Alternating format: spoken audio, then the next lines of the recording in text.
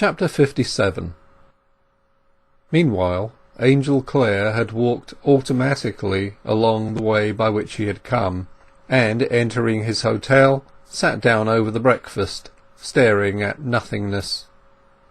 He went on eating and drinking unconsciously, till, on a sudden, he demanded his bill, having paid which he took his dressing-bag in his hand, the only luggage he had brought with him, and went out. At the moment of his departure a telegram was handed to him, a few words from his mother, stating that they were glad to know his address, and informing that his brother Cuthbert had proposed to and been accepted by Mercy Chant. Clare crumpled up the paper and followed the route to the station. Reaching it, he found that there would be no train leaving for an hour or more. He sat down to wait, and having waited a quarter of an hour, felt that he could wait there no longer. Broken in heart and numbed, he had nothing to hurry for, but he wished to get out of a town which had been the scene of such inexperience, and turned to walk towards the first station onward, and let the train pick him up there. The highway that he followed was open, and, at a little distance, dipped into a valley, across which it could be seen running from edge to edge. He had traversed the greater part of this depression, and was climbing the western acclivity, when, pausing for breath, he unconsciously looked back. Why he did so he could not say, but something seemed to impel him to the act. The tape-like surface of the road diminished in his rear as far as he could see, and as he gazed a moving spot intruded on the white vacuity of its perspective. It was a human figure, running. Clare waited with a dim sense that somebody was trying to overtake him.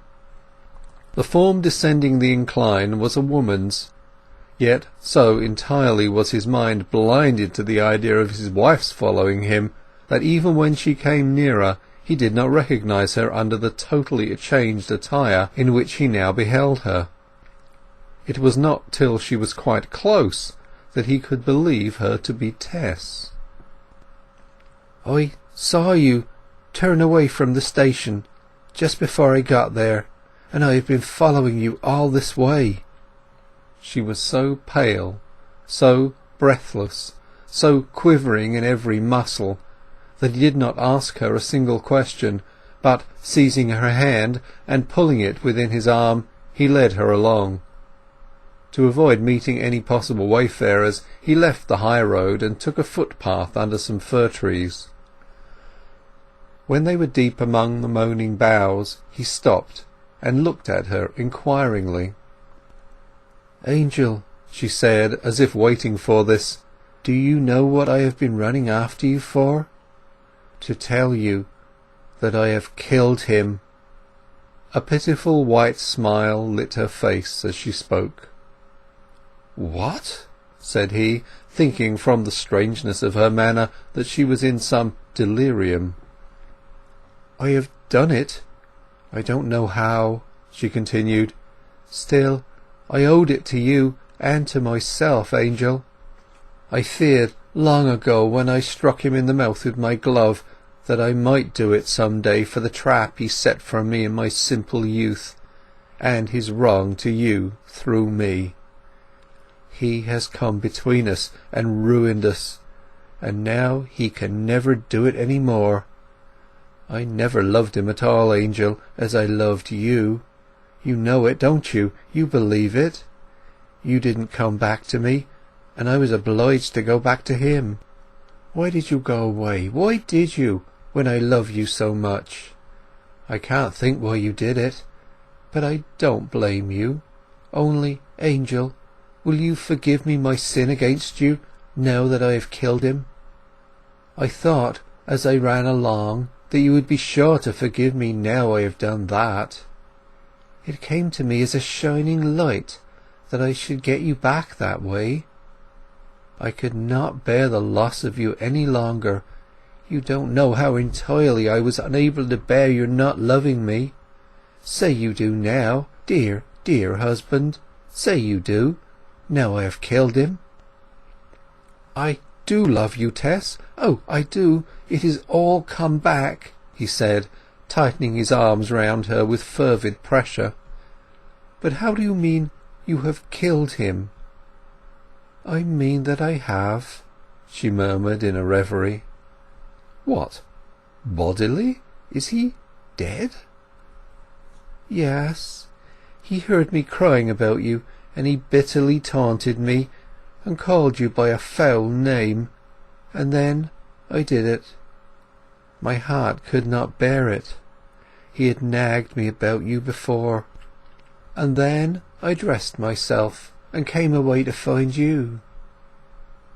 By degrees he was inclined to believe that she had faintly attempted at least what she said she had done, and his horror at her impulse was mixed with amazement at the strength of her affection for him, and at the strangeness of its quality, which had apparently extinguished her moral sense altogether.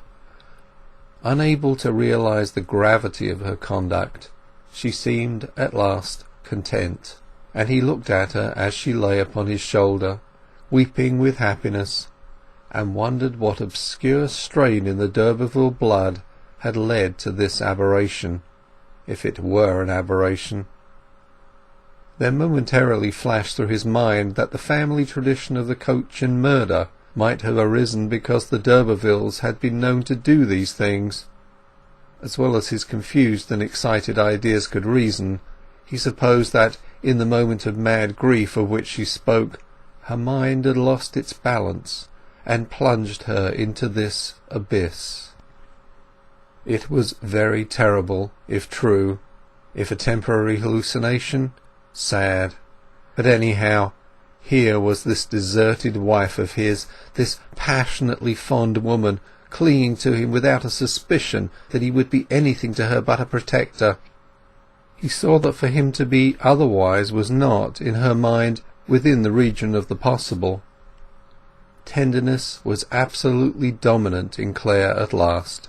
He kissed her endlessly with his white lips, and held her hand, and said, "I will not desert you. I will protect you by every means in my power, dearest love, whatever you may have done or not have done." Then they walked on under the trees, Tess turning her head every now and then to look at him.